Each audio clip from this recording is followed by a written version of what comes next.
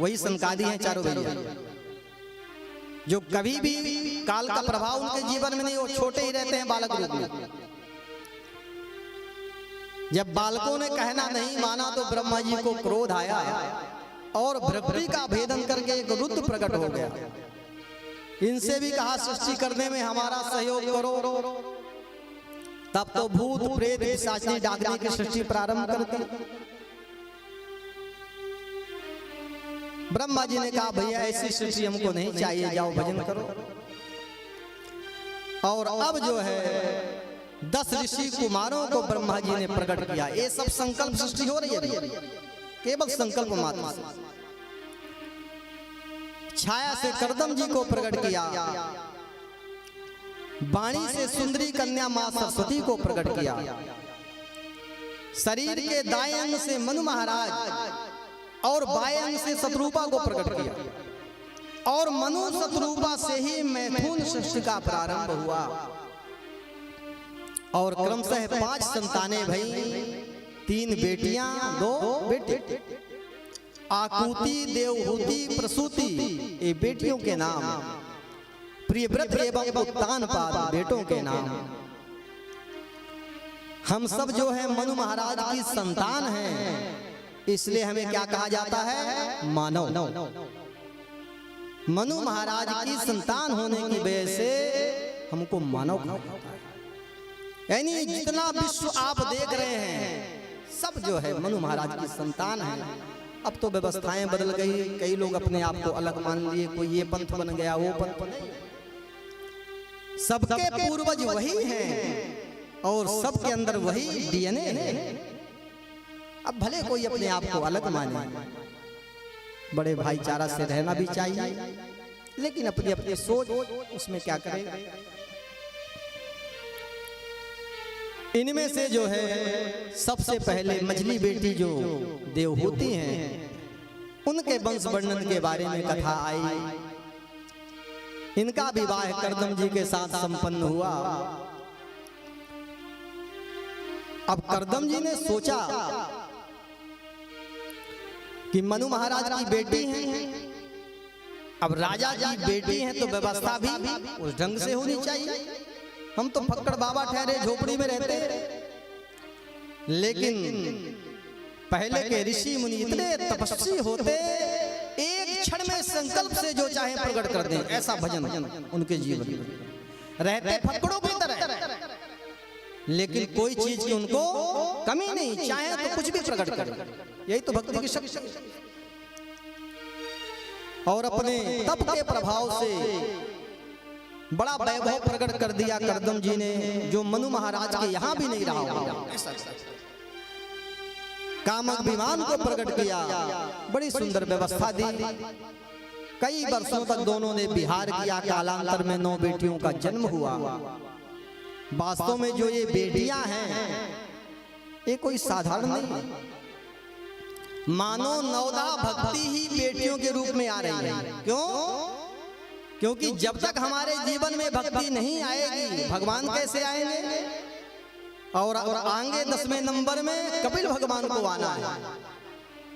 तो मानो ये 9 बेटियां नवदा भक्ति के रूप में प्रकट भई, और 10वें नंबर में स्वयं भगवान नारायण कपिल रूप में आए। बोले कपिल भगवान की ये, जो सांख्य शास्त्र के उद्गाता माने गए, बड़ा सुंदर उपदेशित किया।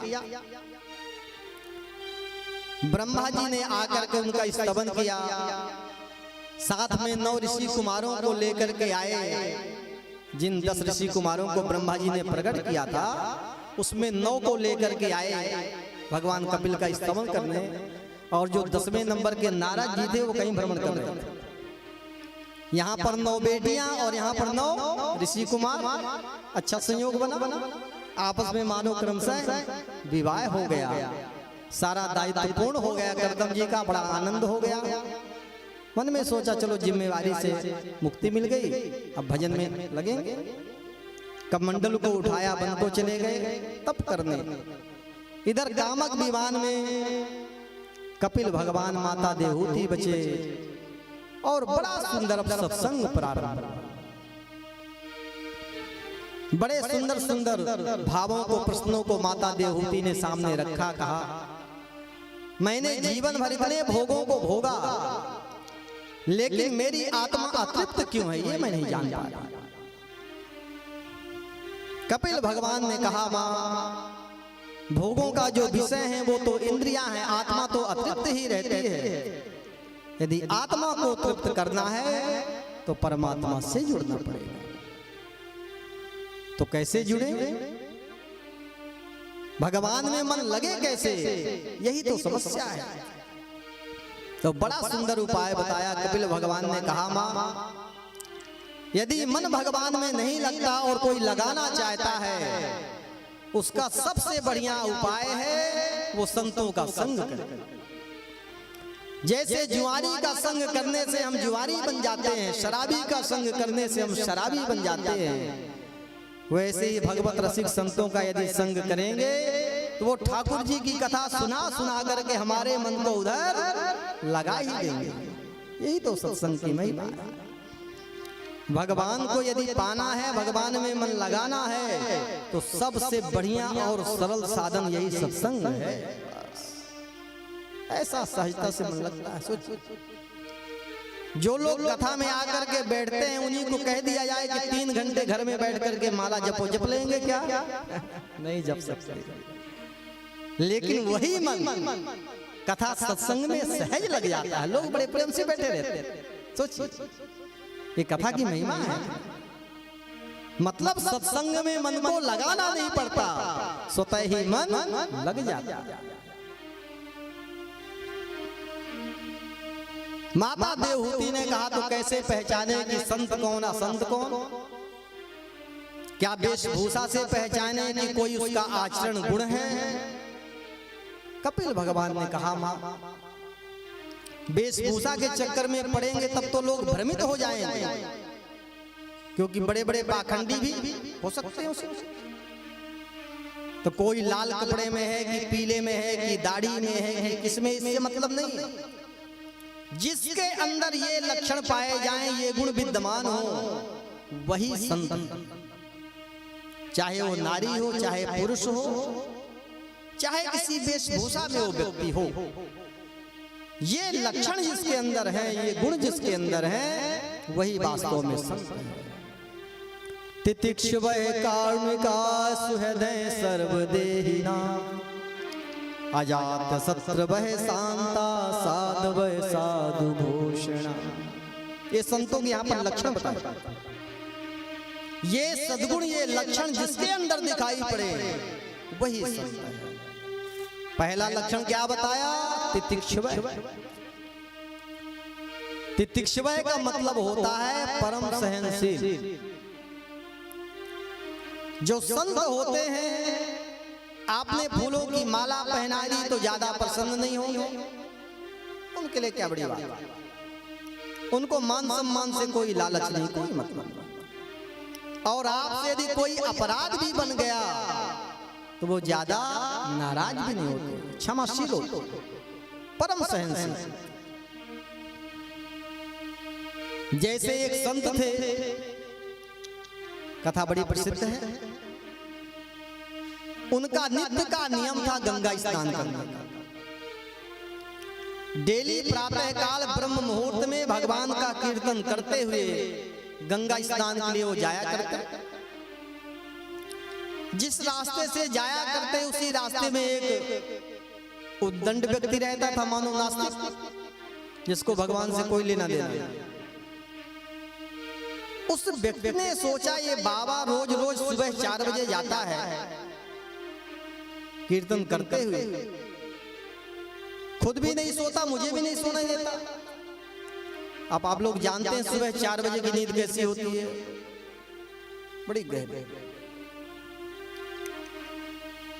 उसके मन में विचार आया, कुछ ऐसा उपाय किया जाए कि इस बाबा का इस रास्ते से जाना ही बंद हो जाए। तुरंत आकर के अपनी छत पर खड़ा हो गया।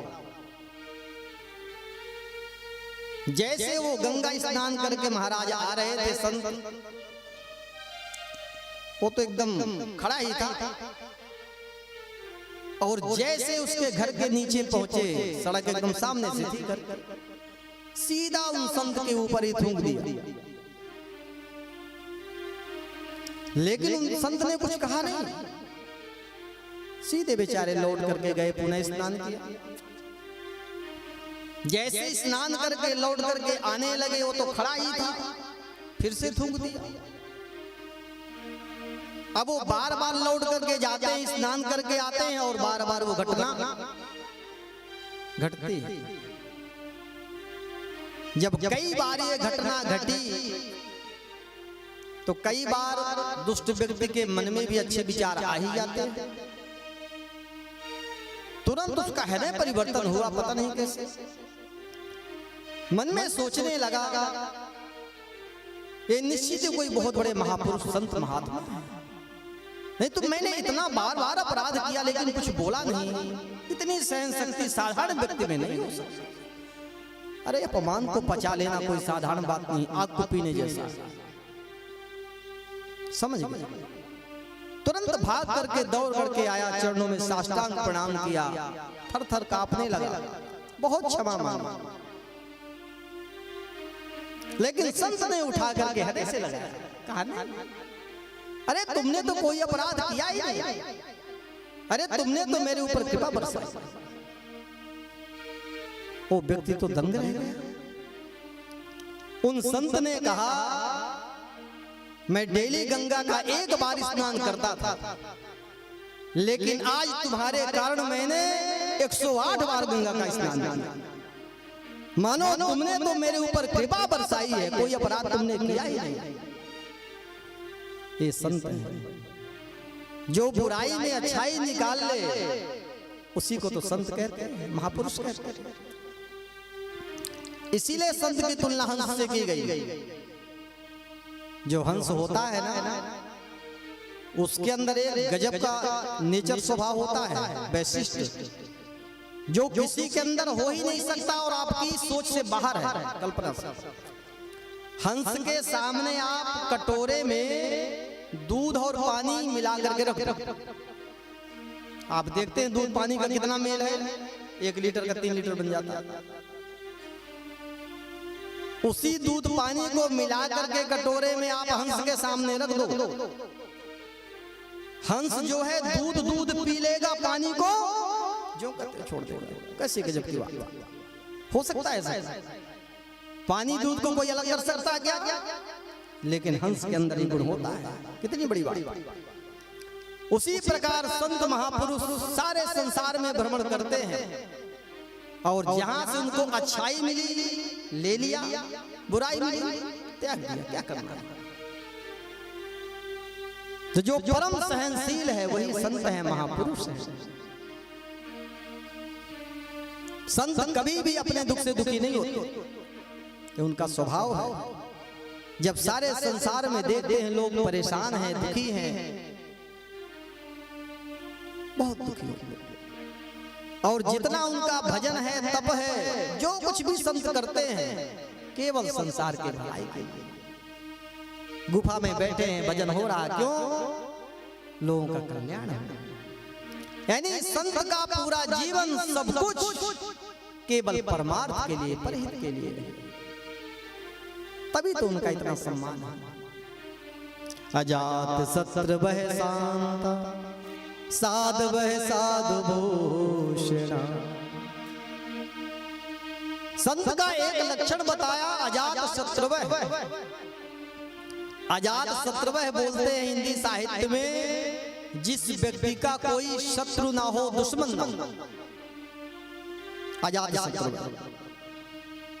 स्वाभाविक है, जो सारे संसार में समभाव रखता है, किसी के साथ द्वेष करता ही नहीं है, जो सभी जीवधारियों में अपने प्रभु का ही दर्शन करता है, उसका किसके साथ विरोध हो सकता है?